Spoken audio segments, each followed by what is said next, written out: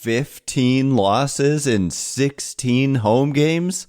Seems like I picked a pretty good time to stop talking about the San Francisco Giants every day.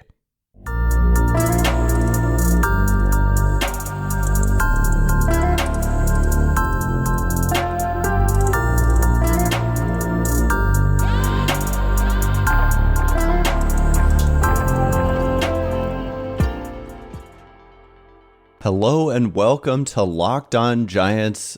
No, excuse me. Geez, that's going to take some time to get used to. Hello and welcome to Giants Baseball with Ben Kaspick. My name is obviously Ben Kaspick, and welcome to the first episode of this show after 6.5 years hosting Locked On Giants. And for many of you, you probably didn't follow me. Some of you did, which I am very grateful for, and it's amazing. Followed me since before I started hosting Locked On Giants. I hosted a show called Cast. That was the very first kind of iteration of podcasting about the Giants for me, and that was a few years. That started in I said it in my Locked On Giants intro a bunch, 2015, and then started Locked On Giants prior to the 2019 season, and then here we are mid 2025, actually like more than 2/3 of the way through the 2025 season, and it's a new chapter. And so I'm kind of working on, okay, how do we unlearn some of the habits of what I was doing previously? And I guess what I'm trying to say is, like, one of the things that was a hallmark of my previous podcasting and that changed dramatically when I was not independent was that there was a formula, right? And there was a structure and there was a time limit and there were segments and stuff like that. And this is not going to be that way. And so if you already know this, like, I'm sorry for repeating myself, but this is ad-free and independent. So you will never hear an advertisement on this show. The one exception could possibly be YouTube, and that would be if it did it on its own, like, just because YouTube is weird and it I think possibly sometimes just forces ads into the show. But I am not going to be advertising any products. And so without further delay, let's just talk about the Giants and kind of roll with this as it goes. And it's more going to be a free flow where we do have topics in mind, but no segments and no hot takes. I mean, it's a hot take enough to say the Giants lost 15 out of 16 games at home, which when they had lost 14 out of 15, Susan Slusser said it was the first time since 1901 that the Giants had a stretch like that. And she said they've done it one other time. And so 1901 was the year. I don't know that I buy that. Oftentimes we hear, like, it's the first time since at least 1901. So it could be that she's getting that wrong and that it happened at some point. I don't know. Maybe it was 1901. It's just that's often the cutoff year. But anyway, they then went on to lose again the following day. Another Justin Verlander start where the bullpen blew the game. It's just kind of like a cursed season for him, a cursed season for the Giants. I can't imagine he's having all that much fun on this team. But thankfully, they won yesterday. And I do just want to point out, for those of you who didn't realize, I've been sick coming up on 2 weeks, and you may even hear it in my voice still. So I was unable to podcast, and I was just really sick. I had a fever, all of the above. So anyway, we're feeling well enough to podcast. One of the things about this show is that it's certainly not going to be every day, and I'm not yet committing to a specific schedule. You may have noticed if you subscribe on Substack, which is, I would kind of encourage you to do that, because no matter what podcast platform you use, you will get a notification via email, like the moment a podcast goes live, but I'm also writing, and I've been enjoying that. And I was doing that because I was sick and I couldn't really talk. But I wrote a couple of blog posts, and you guys seem to have enjoyed those. I used to write in my former life. I think I always mentioned that. I was a former contributor for the baseball statistics and analysis websites Beyond the Box Score and Rotographs. Well, now I'm writing for my own Substack, which is, you can find it at benkaspick.com, benkaspick.com.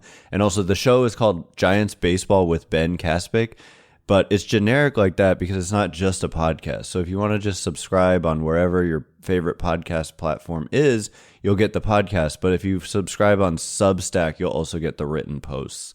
So anyway, my goodness, what a crazy stretch of baseball for the Giants. And I'm glad that I mean, being sick especially, like, didn't have to try to cover this while it was happening. Not that I don't love the Giants, and I'm still watching every game, but man, they're now 60-64.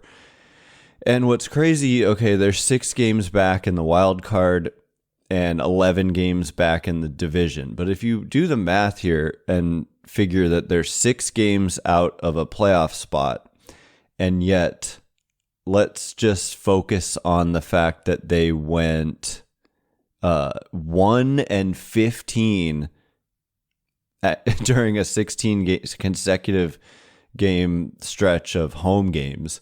So 1-15. So that's 15 games. Let's just say they go 7-8. So that's 6 additional wins right there.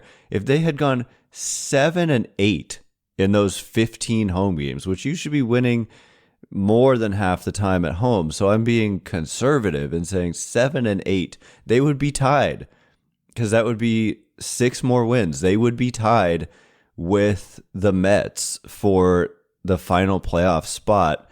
And if you add 6 wins to the Giants' record, they would be 66-58. It would be the exact same record as the Mets.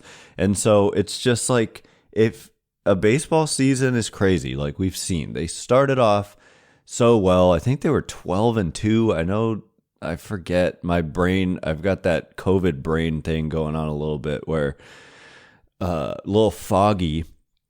But obviously they started off well, and then they were like just okay for like months, and then they just collapsed. They absolutely collapsed. And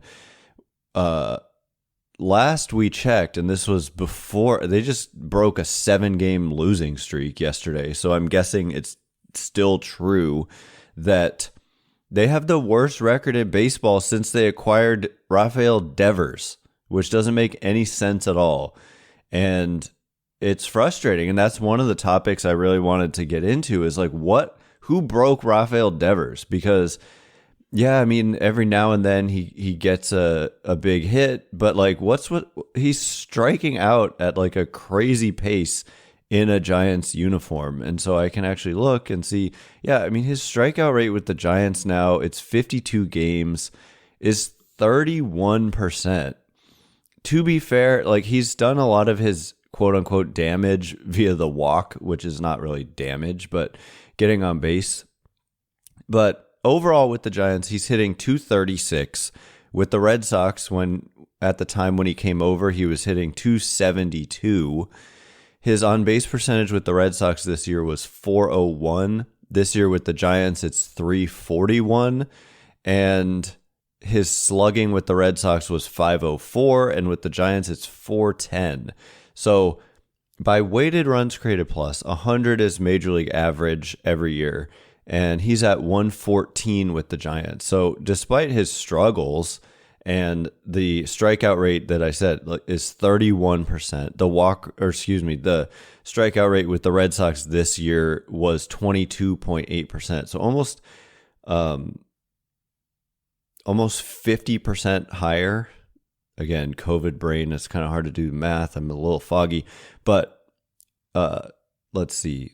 That's 8 percentage points, 8.2 percentage points higher strikeout rate with the Giants than with the Red Sox. Interestingly, his batting average on balls in play, .322 with the Red Sox, .322 with the Giants. So It's just a matter of there's not enough balls in play. Like if he was putting the ball in play as often as he did with Boston, the numbers would look a lot better if he was able to sustain that 322.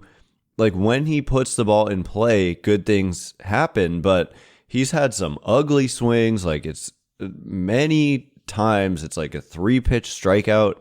It's kind of just crazy how, like I said, who broke him? Who broke him? And we have to take into consideration the human element, of course, which is that he was traded from the team that he's been playing for. I mean, he broke in at the major league level at age 20 in 2017. And I don't know exactly when he was signed as an international prospect, but anyway, I mean, it's a big transition. And so, like, I'm going to definitely give him a pass and just assume that his past performance is more indicative than this 52-game period with the Giants. He has hit 8 homers in 52 games. So if you multiply that by 3, I mean, it's once again looking like a guy who might not be able to hit 30 home runs in a Giants uniform. And to me, one of the last things I said on Locked On Giants was like advocating for them to change the dimensions, because look, I get it. And people say this, and in the final weeks of doing Locked On Giants, I did look into this. It's not that opposing teams come in here and just wallop the baseball and hit homers. It's not true. The Giants hit better than their opponents at Oracle Park. And obviously it's hard to isolate, like, Giants pitching could be better, and so that could explain that. But it's just not true. Like, there seems to be this myth that opposing teams like just go crazy and hit tons of homers, and it's just a Giants problem. Yeah, it's partially a Giants problem, but it's also the ballpark. It has everything going against the hitter. The weather, like, it's cold, which is hard conditions to hit in. Just when your hands are cold, it's just not pleasant. And it's windy, and the wind is like knocking balls down, especially to right field. And then the dimensions. You've got huge dimensions and a huge wall, which I actually just learned is 25 feet tall, not 24. It was in an article somewhere in the Chronicle. I think it's a like common myth about the wall being 24 feet high in honor of Willie Mays. Maybe they made it 25 feet tall in honor of Barry Bonds. I'm not sure. But the point is, the issue with Devers, just at first glance, is just the strikeouts. And I don't know why. I mean, why he's striking out more, but everything else is like really similar. Like the barrel rate, the home run to fly ball ratio, like that's actually encouraging. Like, he was homering on 18.8% of his fly balls with the Red Sox, and he's homered on 17.8% of his fly balls with the Giants. So if he hits it in the air, it has gone at a really similar rate to where it was when he hit it in the air, that it was going out with now with the Giants, that it was with the Red Sox. And so that's encouraging. It just means he needs to make more contact, like put the ball in play. Ironically, batting average on balls in play does not count homers. A ball in play, it doesn't count a homer as in play for a reason, but just something to keep in mind. But anyway, so that's been frustrating to watch, and just overall the offense, obviously, it's been unbelievable. I mean, they've had a couple games where they've done well offensively, like at times, I guess, in the last couple of weeks since the last time I did a podcast. But for the most part, if you like, they won the first game of this homestand 5-0 over the Nationals, and then they did not win again until the final game. And if you look at the scores that the Giants put up, like they won 5-0 on the 8th. That's how long ago that was. And then they scored 2 in a loss. Every game is going to be a loss here until the final game, like over a week later. They scored 2 and then 0, 1, 1, 1, finally 6, but they still lost 7-6, and then won again, and then they won a game 7-1. And so they were averaging like 1 run a game for quite a while. It's just, so if we look at the overall offense for the Giants, it is a 95 weighted runs created plus. So it's 5% below average offense. That does rank 22nd out of 30 teams. And so it's not good, but it's also only 5% below average, which is not crazy. Like if you look at the very bottom teams, like the Pirates and the Rockies are about 20% below average. So for a team that fancies itself as a contender, it's bad. And it's just not good enough. I'm not going to sit here and say, oh, it's fine. It's not fine. But it's also like it could be much worse. It's not like the Giants are the worst offense in the league, even though it really does look that way at times. But just looking through their players, kind of taking a step back, and offensively, I mean, I'm looking at wins above replacement, but that's defense, base running, and offense. If we look at just offense, their best hitter this year has been Matt Chapman at just 18% above average. And so that's not good enough. And then second is actually Rafael Devers with 14% above average, And then third is Dom Smith at 12% above average, which is, I want to just take an L here. There were people on Twitter who were like, when Lamont Wade was struggling, they were saying, and if this was you, I'm talking to you directly, like you were saying like DFA Wade and sign Dom Smith. And I was like, trust me, Dom Smith is not the answer. I don't think he's the long-term answer, but he's definitely exceeded my expectations. He's been good. I mean, he's hitting 281, which in this day and age, I'm almost certain that leads the Giants. Among Christian Koss actually is also hitting 281. So Koss has been a nice story, and he's done well again since coming off the injured list. So that's nice. Not star level, which that's the problem, is they need more like true impact players. But if you do look, they have 7 guys who have put up above average offensive numbers, and then Willie Adames is 1% below average offensively this year, and Wilmer Flores 3% below average offensively. So that's 9 guys. I mean, if you could make a lineup out of Chapman, Devers, Smith, Heliot, Ramos, Casey Schmitt, who's been 9% above average, Jung-Hoo Lee 7% above average, Kristen Koss the same thing, and then Adames and Flores right around average. That's 9 guys who are like average or better. And so what's the problem? Well, one of the problems is that Patrick Bailey drags down these numbers quite a bit, and yet he needs to be in there every day because, first of all, you don't have a backup who's better at all, like especially when you factor in defense. So Patrick Bailey, by many accounts, is like the best defensive player in the game. Fangraphs ranks him as putting up 26 runs above average with his glove. 26 runs above average with his glove. 16 runs below average with his bat. But overall, you put it all together, and it's, a 2.2 wins above replacement per Fangraphs, and on pace for like another 0.5 to 1. And so you're looking at like an above average season overall, despite being one of the worst hitters in baseball. And so that's how much value Bailey adds defensively. And so he's got to be out there, and that drags down. Like I wish I could just isolate the Giants offense if you take out Bailey, who's been 35% below average. It is only 337 plate appearances for Bailey, and like Devers, like one of the big issues is that he's just striking out much more than he used to. Like last year he struck out 22.3% of the time. This year it's 30.3% of the time. And so if he could simply Like his batting average on balls in play is 314. And so if you could just do that, but put the ball in play like a lot more often, you wouldn't see the kind of dreadful offensive numbers that we have seen. And so I don't know if it's, I mean, if you look at the last 2 seasons combined, not counting this year,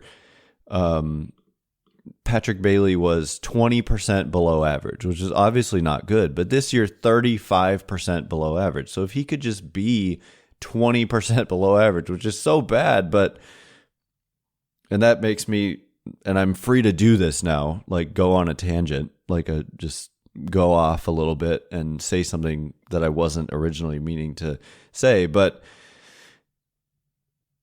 those who were so quick to anoint Patrick Bailey, I won't name names, as as Buster Posey 2.0. Like I kept saying, whoa, whoa, whoa, whoa, whoa, pump the brakes. Yeah, sure enough. I mean, in his career now, we're talking over 1,000 plate appearances, 1,138 to be exact. He's been 25% below average offensively. Whereas Buster Posey is going to go to the Hall of Fame because he was a very good defensive catcher and he could really hit. And for Bailey, I kept saying it's more like Yadier Molina. And it would take an upgrade. It would take some improvement offensively to become like Yadier Molina. He is just 26 years old, and this is a down season relative to his first 2 years. You don't often see that. Like normally guys get better as they kind of adjust to the major leagues. And so I kind of look at this season as like a fluke in a way for Bailey, and I would expect him to have a better rest of season and then next year. But I don't know, one of the centerpieces of the underwhelming, in my opinion, but it remains to be seen. It's hard to judge prospects until they're up. One of the main pieces the Giants got in return is a guy who catches. And so it'll be interesting to see. It's not like the guy is versatile. So I'm not entirely sure. And I looked, his name is Jesus Rodriguez. And the last time I checked on him, it was not long ago. First of all, he's struggling in AAA, but it's just 13 games. But I looked at his, what is he, where have they been playing him? And he's played only DH. And so I don't know if he's injured or they want other guys to get looks at catcher or what, but it's a little surprising to just simply DH a guy who plays a valuable defensive position. Like before he came over to the Giants, for the Yankees in the Camilo Doval trade, he played all over. Like this year, he DH'd 18 times in AAA with the Yankees. He played third base in 19 games in AAA and 4 games in AA. And then he caught 42 games. So he was primarily, and that's in AAA, and then 3 more games in AA. And so he was primarily a catcher, and for some reason he's just only DH'd. Maybe he's got some kind of issue with, physically.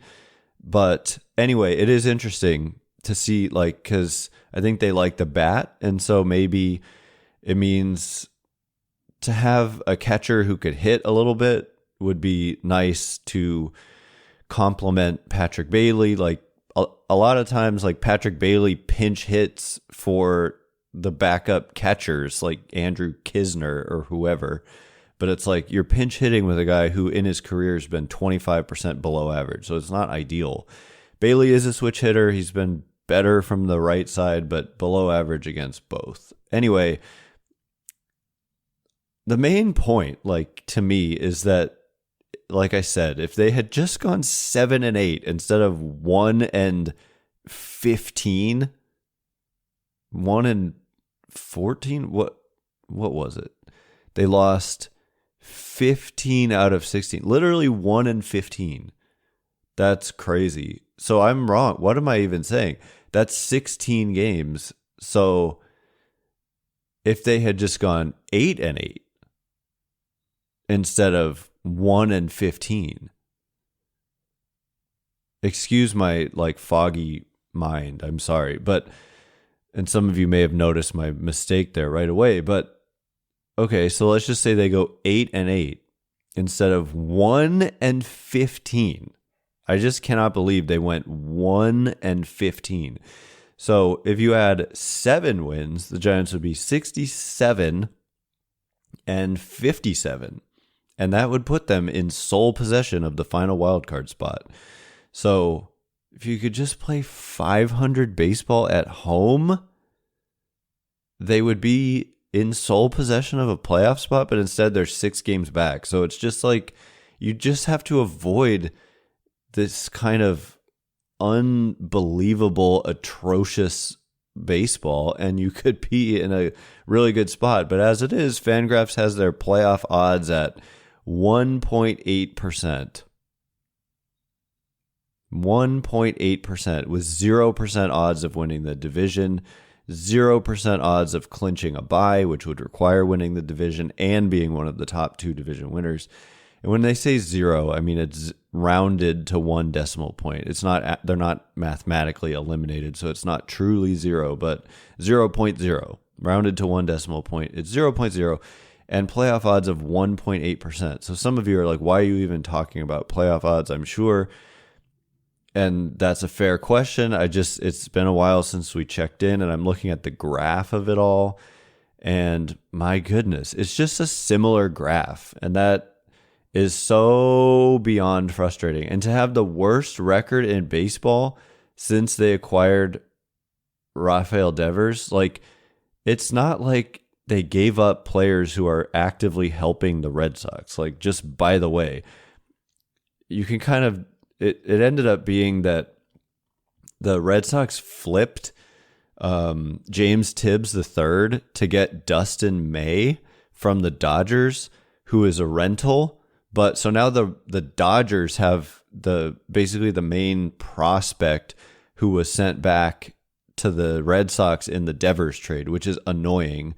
That it's I wish everybody could just be off on the East Coast and we wouldn't have to really worry about them. And if James Tibbs goes on to be a good player, and look, I would never wish anyone a bad career, but if he did, at least it would be out of sight, out of mind a little bit. But no, James Tibbs is in the Dodgers organization, so we'll see how that turns out.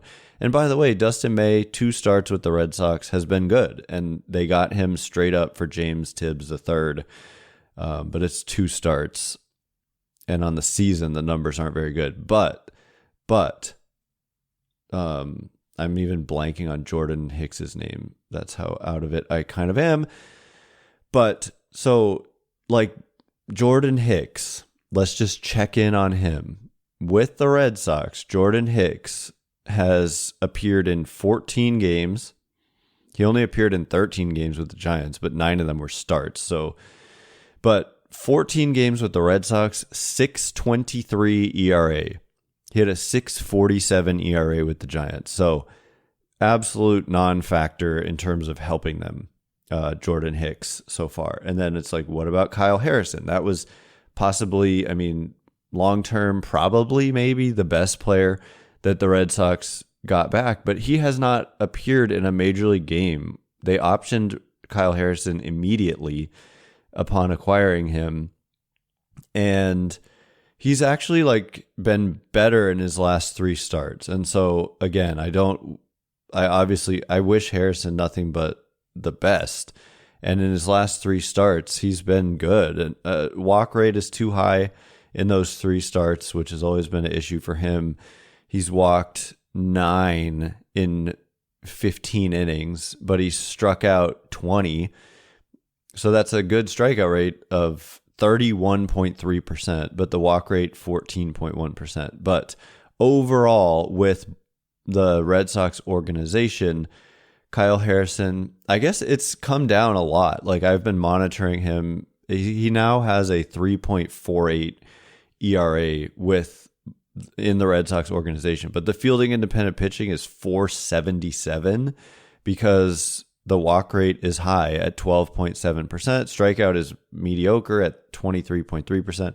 So all I'm saying is it's not like, I mean, you basically added Rafael Devers and you subtracted the only guy who's played in the majors with the Red Sox as part of this trade is Jordan Hicks, who's been terrible. And then I guess like by extrapolating it out, also Dustin May, because they flipped James Tibbs III and got 2 starts out of Dustin May. But it just doesn't make any sense. Like the worst team in baseball. So it's not correlated. That's the thing. It's like correlation doesn't equal causation, meaning like Devers doesn't make the Giants the worst team in baseball. And in fact, I've been pretty impressed outside of like one game where he looked terrible with Rafael Devers defensively at first. It's been nice to see him out there. I really think, and it's funny, Posey mentioned the same thing at some point that like, or maybe it was Bob Melvin, but just like seeing him on the field and not just in the dugout and then at bat, like you want your stars to be out there. Like, and so just to see him on the field, it brings me happiness. And if you look at it, it's 108 and a third innings that he's played at first with the Giants at, I think I already said, at first base. And those are his only innings ever in his professional career at that position, which is kind of crazy because he played so much third and he wasn't good at it. You would have thought at some point he played a little first, but no, this is it. These are his first innings ever at first base in his pro career. And outs above average says +1. Defensive runs saved, 0. And so it's a small sample, but he's not done a bad job defensively at first base. And that's a big deal. So looking at Baseball Savant, which is the StatCast place, you know, where StatCast data lives, and they've got his batting run value for the season at 91st percentile, 20 runs above average. A lot of that coming with the Red Sox, of course. But base running run value is 1st percentile. And so we know he's been injured, dealing with a back injury that somehow mostly affects his running, which is a little odd. I'm glad it's not like bothering him when he's hitting, hopefully, but it bothers him when he runs, and we can see that. I mean, he's just not like he had a leadoff double down a run the other day, and it was like they didn't, advance him to third. They were down a run. It was a 9th inning. It was a leadoff double. He did not get advanced to third on the first out, and so he was stuck on second. And I'm sitting there thinking, it's going to take an extra base hit or 2 hits to tie the game. Like, you're not scoring him on a hit. And so it's not good, especially when he's 28 years old. You just hope that this is like something that can be fixed. But if you look at his, let's see, sprint speeds by season, I mean, when he was 20 years old, he was 75th percentile. And now this year, 7th percentile. And somehow it equates to 1st percentile base running run value.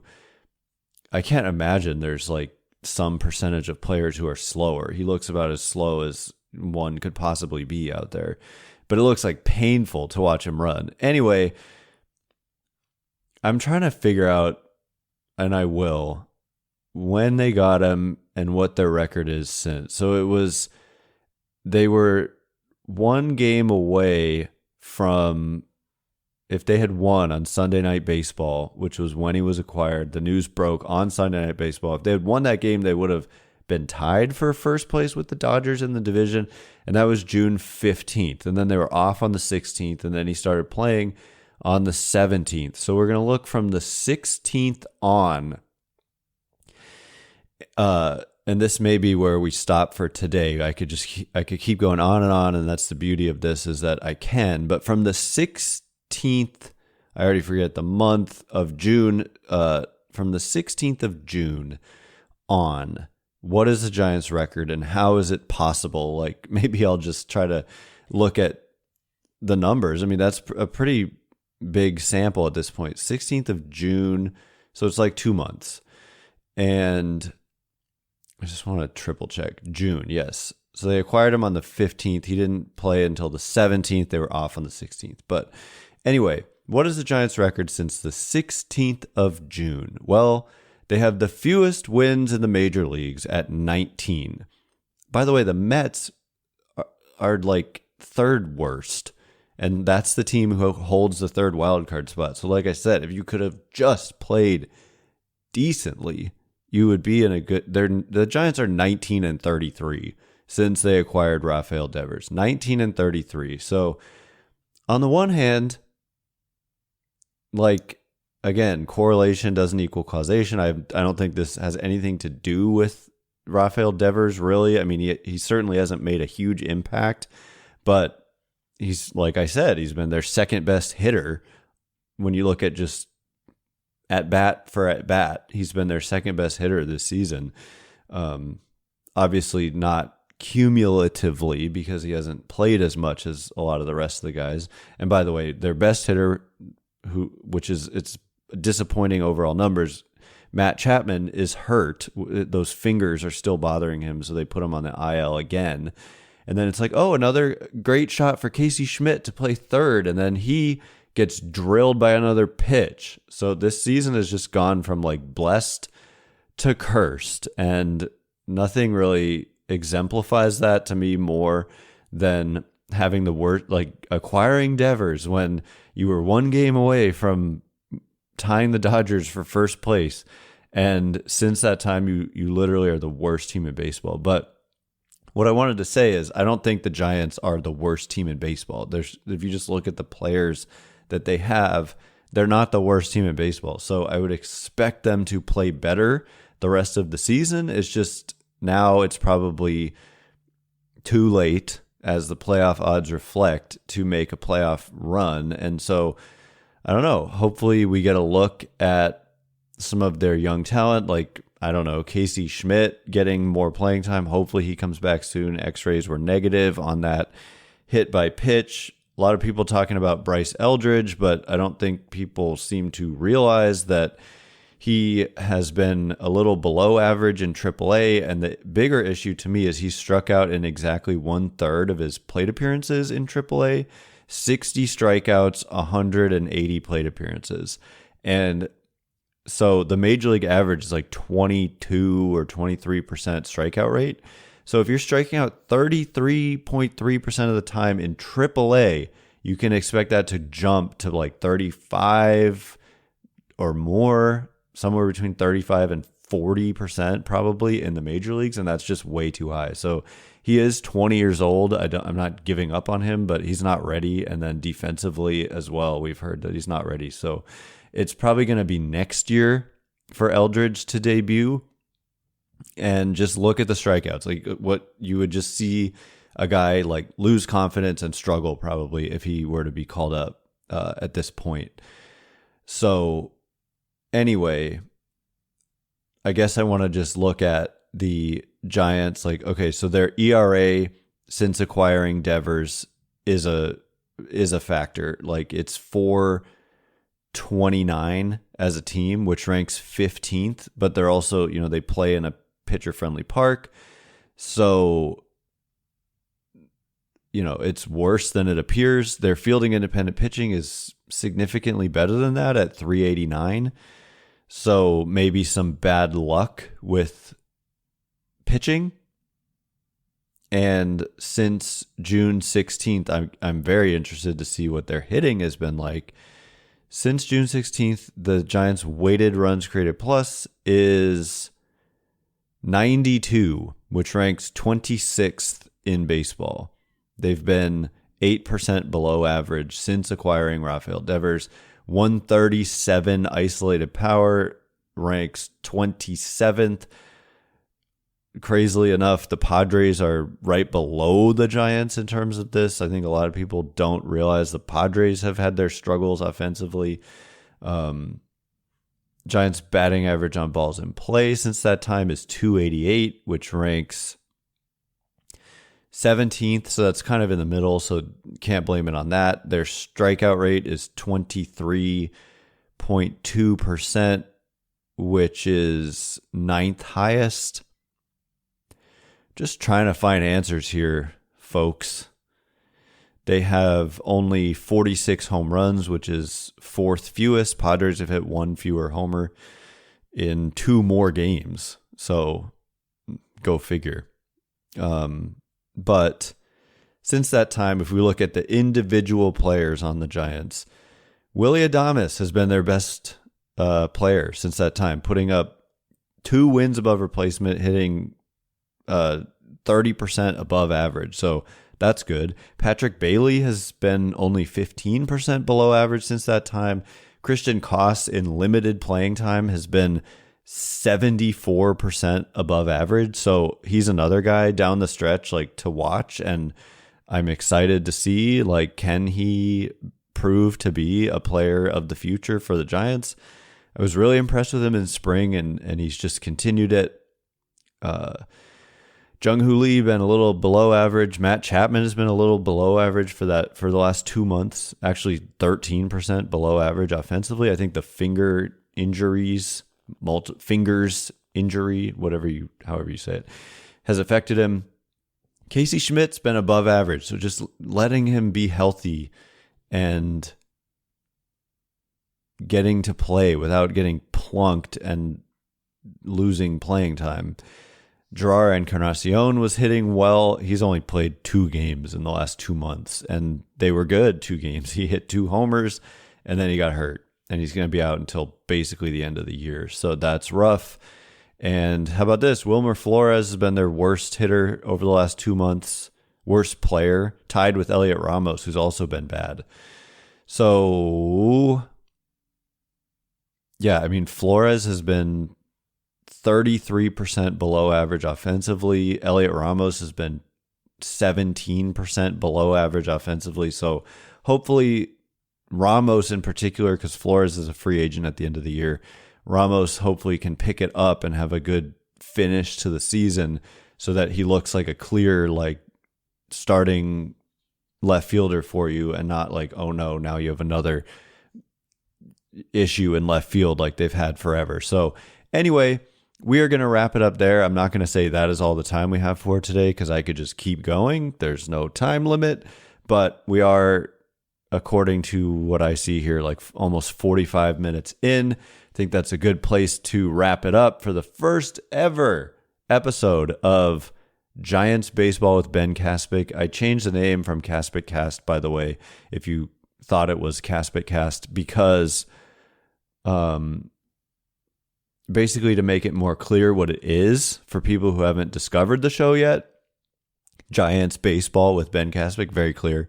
But also, I want to write too, and so subscribe to the Substack. You can just search for Giants Baseball with Ben Kaspick, but also benkaspick.com. Again, KASPICK.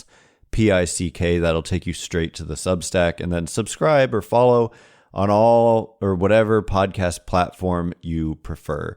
Anyway, thank you so much for tuning in to the first ever edition of this show, which is going to be a regular thing. I can't wait to continue this journey with you. I hope the Giants start playing better. We'll be back with you. I don't know exactly when, but we'll settle into a groove at some point. So thanks again for listening. This has been Giants Baseball with Ben Kaspick. Cue the music.